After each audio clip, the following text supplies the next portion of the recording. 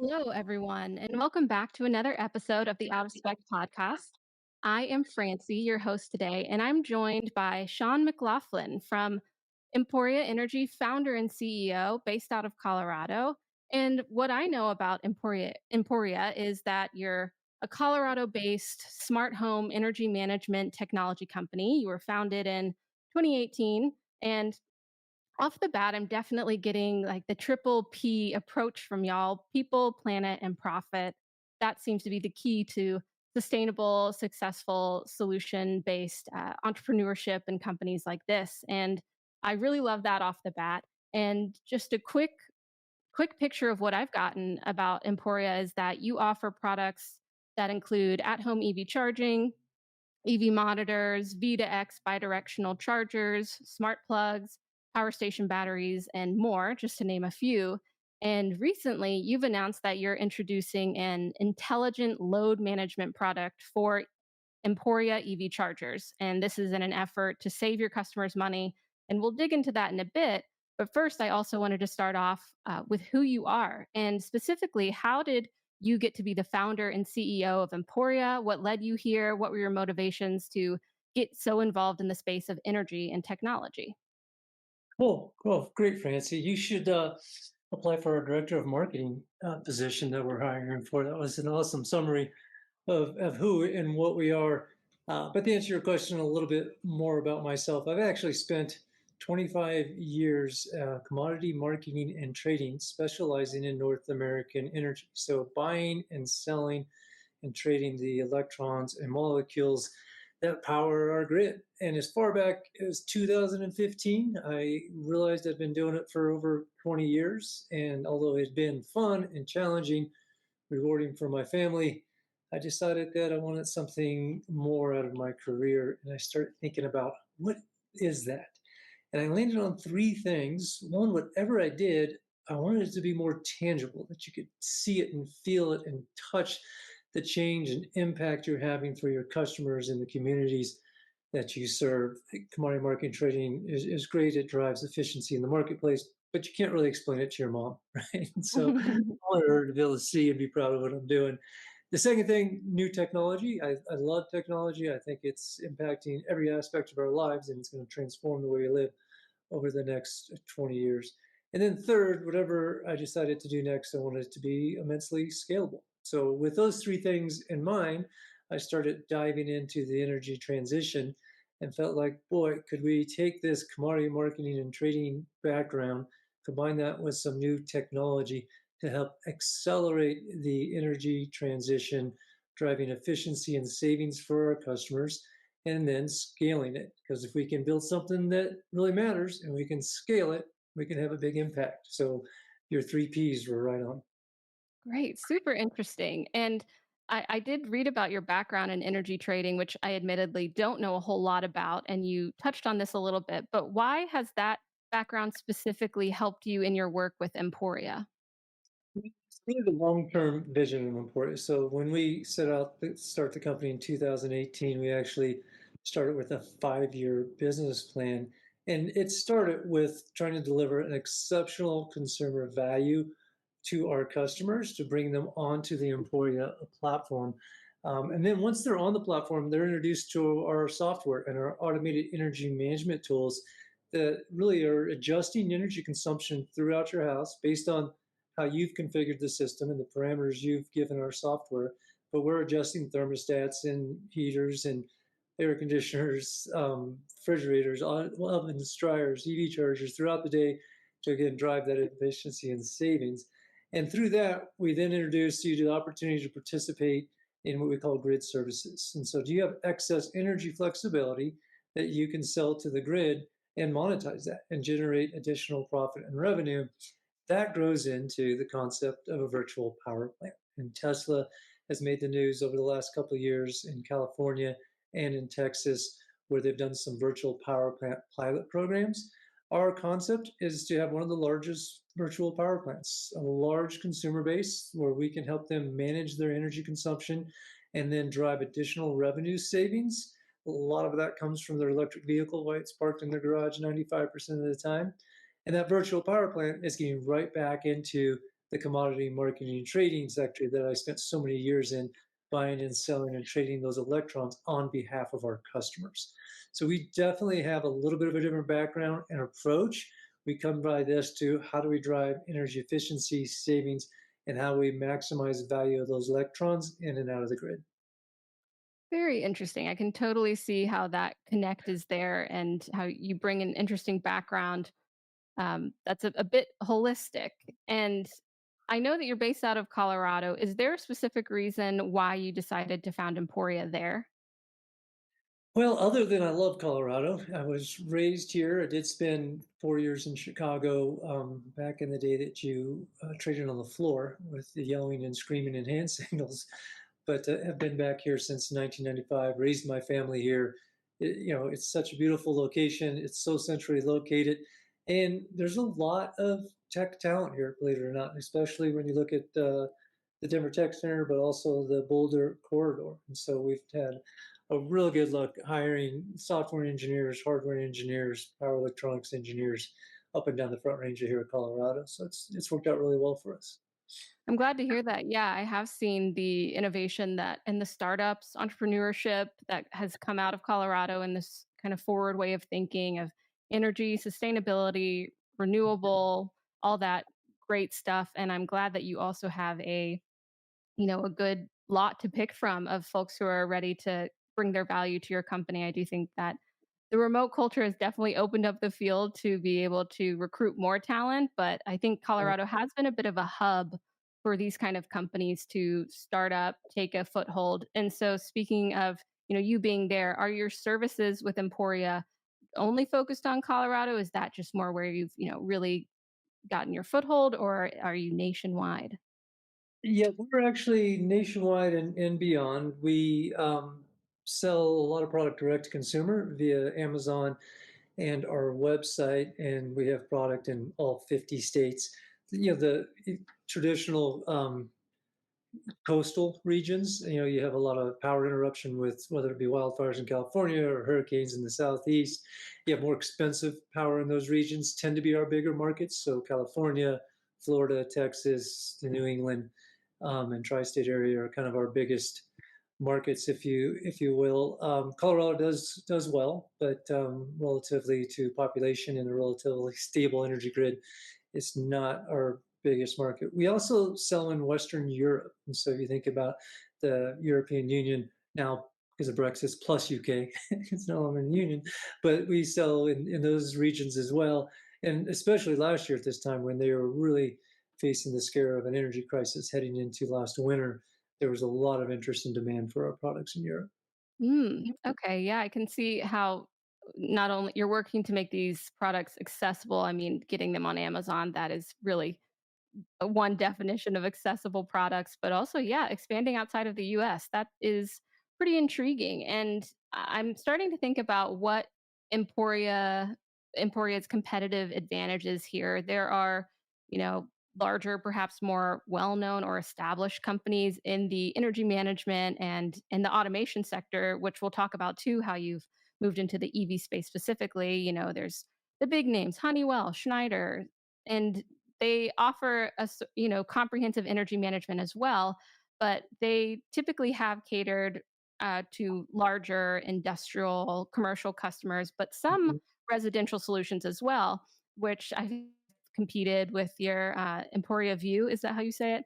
Um, and things like that. So how do you work to differentiate yourself from those, kind of mammoths in the industry? Further back to 2015 when I decided to leave that commodity marketing and trading space for a time and focus on building Emporia.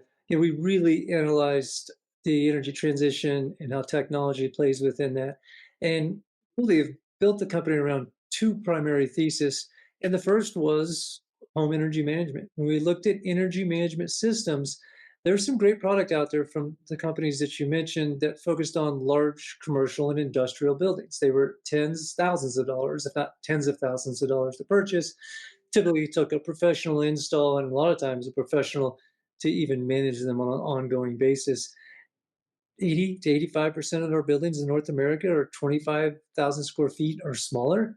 And there was no system that really fit the bill for that size building. And when I say fit the bill, I literally mean the utility bill, right? An average home in North America has about $135 a month electric bill.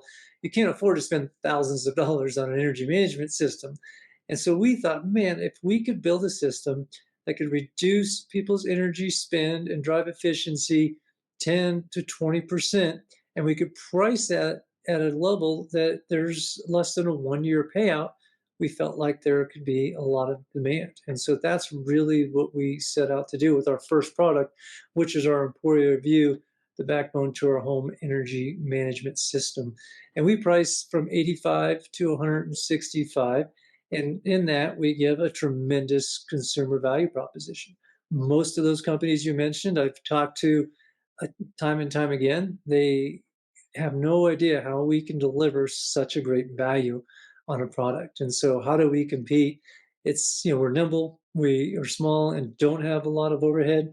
And we think about the consumer and the consumer value proposition right up front. We design all of our hardware with simplicity built in so we don't drive up cost. We manufacture overseas and commit to volume so we can drive efficiency and savings for our customers. And then we have a much more direct to consumer business model where we're not selling through a lot of third party box retailer or third party sellers, and going direct to consumer allows us to work off of a smaller margin than you'll see some of these big companies selling through box retailers. And so all of that kind of adds up to the point where we can offer a value proposition that our competition really hasn't been able to compete against. When you look at our View, our home energy management system that's been on the market since 2019, we came into the market and there were some existing products, and we priced ours at half what the competition is. And we now have over 4,000 reviews on Amazon and the highest reviews on the market. And we were able to say that same thing with our level 2 EV charger. We came in at $399 for a charger that has the same specs as a Tesla charger or the ChargePoint charger, and we beat both of their prices. That is very competitive. I see the gap that you're going for here to fill, it's this with the EV space energy, it's all about, you might have an upfront investment, but you're going to see the payout and it won't be, super long from now. I mean, EVs with their maintenance, or, making your home more energy efficient is Yeah. definitely I can see that value for consumers. And speaking of your products, I'd love to know a bit about your research and development. Who are the key engineers, and what is your research and development like, and also your manufacturing process?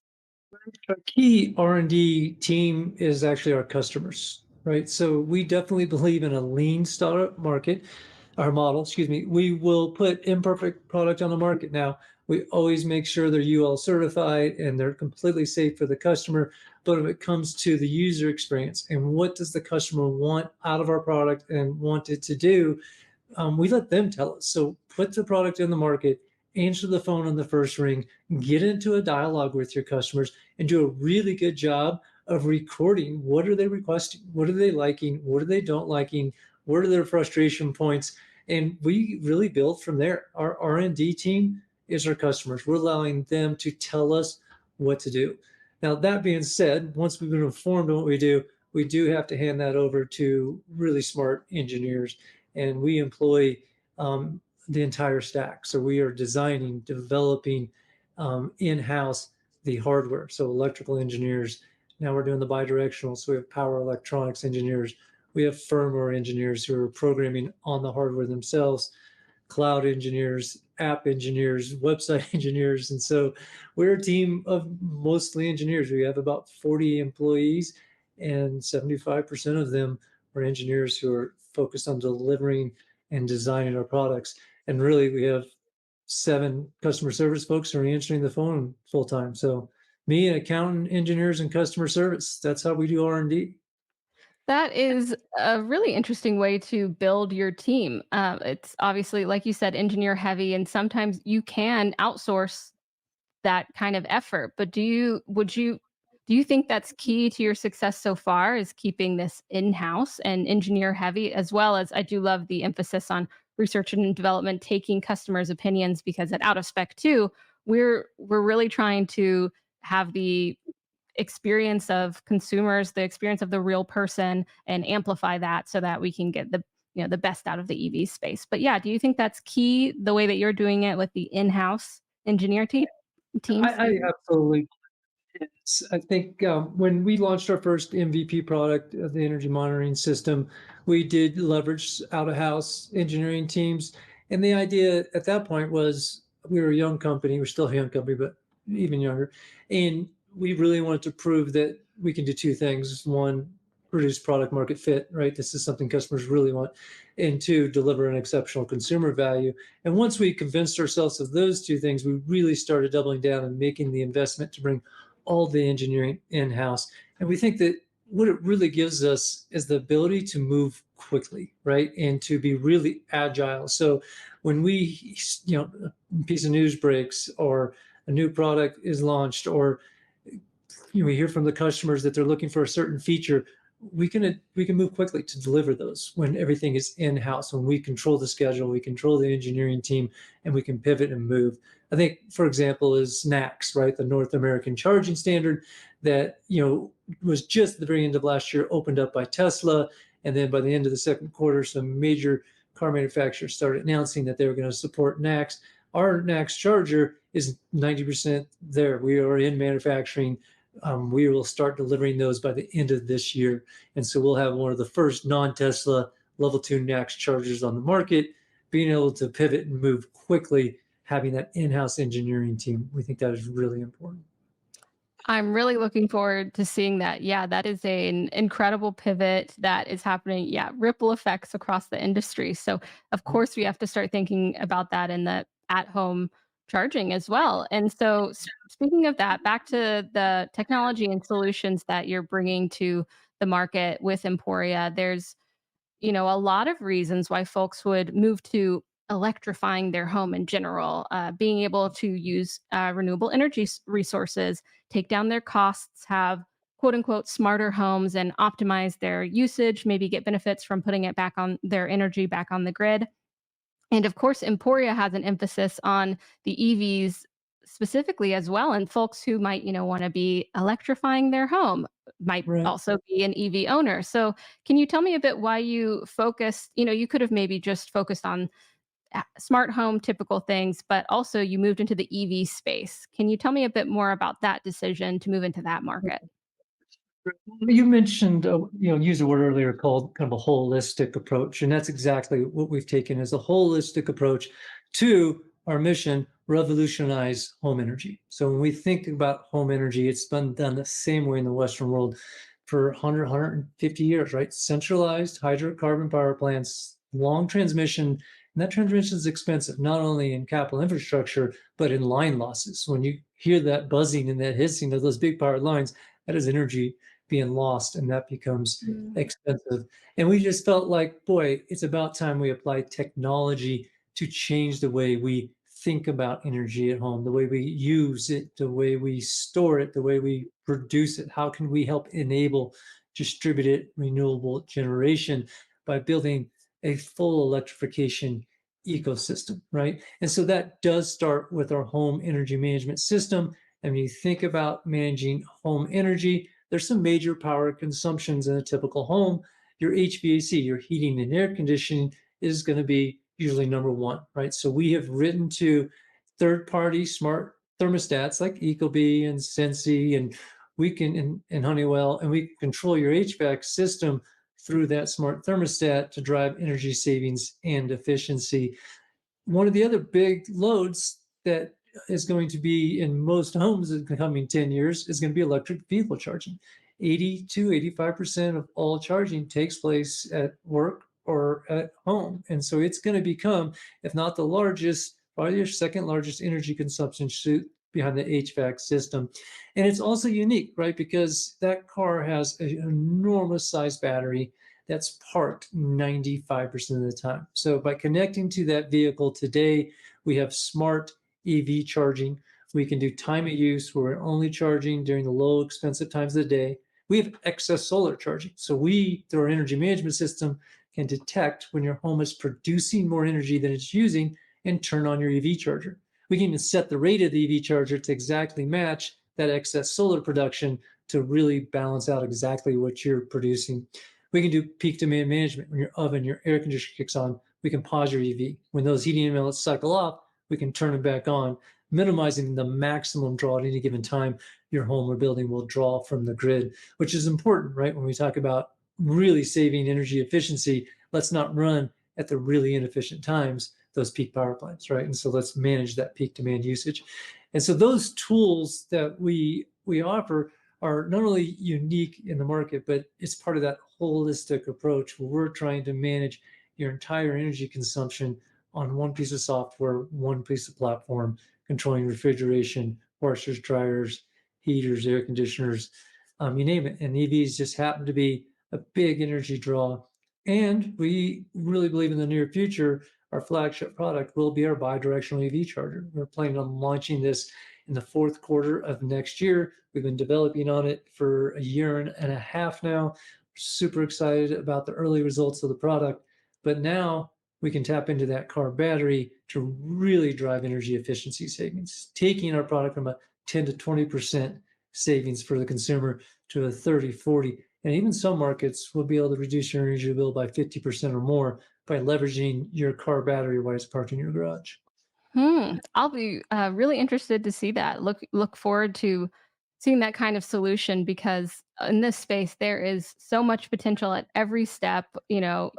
Along the life cycle of going electric, where we can enhance and optimize. And it sounds like you do keep that in mind. The optimization of the processes and the products that you are offering to your customers. And speaking of your customers, I lived in Colorado for a while, and some of the homes that I lived in were one was 120. It was built in 1900, so really old. And so, one aspect that Emporia speaks to, and that a lot of people have to consider, is the amperage rating of their electrical panels. And this is, that indication of the amount of electrical current that can flow through it safely. And if we're thinking about not only everything that already exists in your home that you need to run with electricity, but adding in that EV charging or what other appliances you might add to, all the projects you're doing, it seems like that is really where this intelligent load management system comes in. And from my research, it seems like residential electrical panels typically have an average of 100 to 200 amps. And can you paint a picture for what that limits and what's out of reach? And then again, this can connect to why these kind of energy solutions are essential if you're trying to upgrade your home, or if you can't, then what are the other options? Yeah, in older homes across North America will typically have a 100 amp panel, and newer homes will have closer to a 200 amp panel. You will see some newer homes with 100 to 150, but those are kind of generalities when you're looking at it. There's been some research done, and it ranges somewhere between 30 and 50% of homes they believe are going to need some kind of service upgrade to install a level 2 home EV charger. So if you think about an older home that has a 100 amp panel and they have an air conditioner and an oven and a couple other large energy loads, that's going to be taking up probably 80% of the use of that panel, and maybe only 20 amps is available, and it's a 48 amp charger, right? So there's not enough available capacity in your panel to add that charger on top of the energy consumption you already have.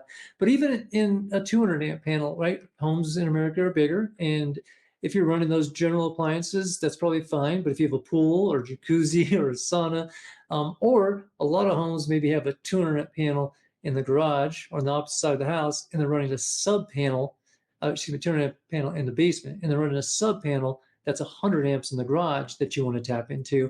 And that 100 amp panel is not going to have room for a 48 amp charger. So it's even 200 amp homes have this difficult time, 30 to 50% of the time, installing a level 2 charger. And so we just launched our newest feature, which is an EV charger with load management. And what this does is we install our energy, our View, our home energy management system in your electrical panel. We're sampling data 3,000 times a second and seeing what available capacity you have in your panel, which is constantly changing. An air conditioner turns on and it reduces, right? The oven turns off and it increases. And we're only allocating the available capacity in your panel to the EV charger at any given time. And so, based on National Electric Code, if you have a load management system in your panel, such as the Emporia, that is controlling that EV charger, the EV charger does not count against the capacity in the panel. And so you can now put a 48 amp charger in a panel that only has 20 amps worth of space. And Emporia is going to say, hey, if everything's running, we're only going to give it 20 amps. If things are not running, we can give it the full 48 amps. And 98% of the time, you're going to be able to give it the first 48 because it's not often everything else in your house is firing. But again, electrical code has to assume that that will happen occasionally, and they have to be able to control the EV charger load, and that's what Emporia does.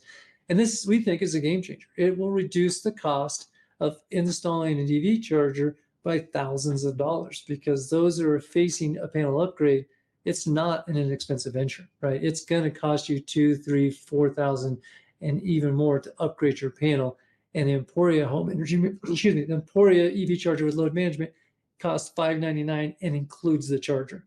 So it's literally a $200 upgrade from our base charger and eliminates thousands of dollars worth of retrofitting your panel. Seems like that, yeah, this is the large scale implication of this technology and your work here is that, yeah, the upgrades to your electrical panel aren't necessarily needed. There's another option that is Right? less expensive, and you can still have the at-home charging that, is far more convenient than the public charging, and, you just plug it in overnight. Like you said, most of the time those EVs are parked. So take Right. advantage of that parked status, and very, very interesting technology that you're talking about here. And I know that your partners must be essential in the work that you do to be able to provide these solutions to your customers. And your website mentions, you have installers, suppliers, you partner with utilities, auditors, consultants, brokers, agents, builders, and more. And I was hoping you could speak to the essential nature of these partnerships in delivering on your mission and your products. To the future. So one of the things I kind of like to compare us to, I mean, if you think about the cell phone industry, right? There's kind of Apple, which is a closed system, and they really want people to be using their entire ecosystem and don't necessarily play nice with other ecosystems. And then you think, well, then there's Android, and Android is more of an open system, and you can mix and match more, apps and hardware features with an Android platform. We consider ourselves kind of the latter, the more open system, right? We want to play really nice with third-party devices, hardware. So, we control third-party appliances, third-party thermostats. We give those products added features like solar-only charging or pre-cooling your house when you have excess solar and those types of things. And that doesn't just stop there. It extends into installation partners, right? And so we become the user interface and we drive more efficiency and more savings for solar systems. So if you're a solar installer and you use our system when you install the solar, the customers are getting a great user experience. It works with your solar system to maximize the savings and efficiency from your on-site production. And that's not just solar companies we're working with, like you said, HVAC companies who are trying to put in high efficiency HVAC systems, energy auditors. Our newest program is our dealership program, and it's really taken off. We're working with dealerships who are selling electric vehicles across the country, and they offer our charger and an install that is managed by Emporia. So we've partnered with 4 different national install partners.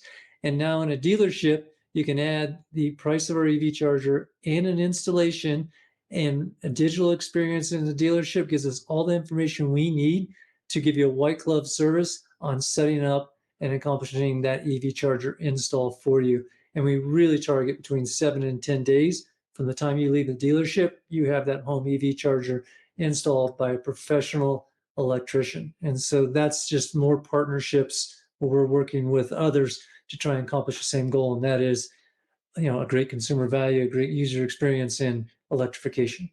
Yeah, definitely focusing on that customer service aspect. And you said that you're compatible with existing solar systems or, ones that are put on later, which I know I just did a recent segment on the Tesla Powerwall 3, and it's not. You have to install the Tesla solar at the same time. So that's a bit different, perhaps a bit more accessible, Emporia versus Tesla there. I know that their Powerwall 2 is more compatible with, you know, existing solar, but it is something to think about if you've already made a step in one direction. What are you going to be able to bring in on top of that? And one of my last questions I have for you is, what are some of the biggest challenges that Emporia has faced along the way? Starting a company in 2018 was definitely an interesting venture. Um, yeah, obviously, the pandemic and us manufacturing overseas was challenging. The logistics nightmares that happened soon after the pandemic, with we had product just stacked up at the port of LA, was just a lot of fun. The great work at home experience. I think we do have employees that work remotely, and just figuring out how to do that effectively and having given them the flexibility that works with their lifestyle, with also the accountability that the company needs to move forward. So that's been an absolute venture. But I would definitely say our biggest hurdle has been just continually find and attract and hire the super talented of the super talented, right? We are looking for high high performing employees that are excited about our mission, excited about the transformation that we can make into the power grid and home electrification, and finding those folks, bringing them on board, and driving them to be super happy and efficient is always the challenge. And People. facing those, yeah, people. It is tough. You want to build the best team, and of course, COVID brought tremendous challenges and remains. We're still suffering from the side effects. And from those biggest challenges, do you have major lessons learned? Right. Major lesson learned, and then now the capital markets and the VC markets are struggling. But I mean, the one big lesson I think is that we keep our heads up and we think about the world not today, but what's it going to look like in 3 years? What's it going to look in 5 years? What's it going to look in 7 years? And so I like to say we're building for a future that's not yet here, but when we keep that vision, and it's so exciting, the transformation we think we can have on home energy usage, the savings and efficiency we can drive for our consumers, it keeps us motivated, right? And keeps us on that straight north path, heading in the same direction. And that's probably been the biggest lesson. You can't let all the ups and downs in the day-to-day activity that you can't control throw you off track. You've got to keep vision on that true north star, where you're heading and why you're heading there. That you took my last question. It was going to be, what keeps you motivated to do the work that you do? Because as CEO and founder of Emporia, I mean, you have a lot under your belt. You're a lot that you're trying to achieve, and I know that you were thinking about it as the team of Emporia, how you keep that north star. But on a you level, what keeps you motivated on the day to day?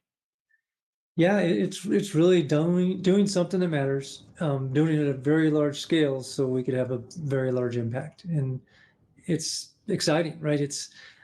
I'm not a golfer, right? I do like to get out and enjoy the Colorado mountains and hike and ski, um, but not as a full time hobby. I really enjoy building and running a company that has the potential to have positive impact at a very large scale. And that's exciting to me.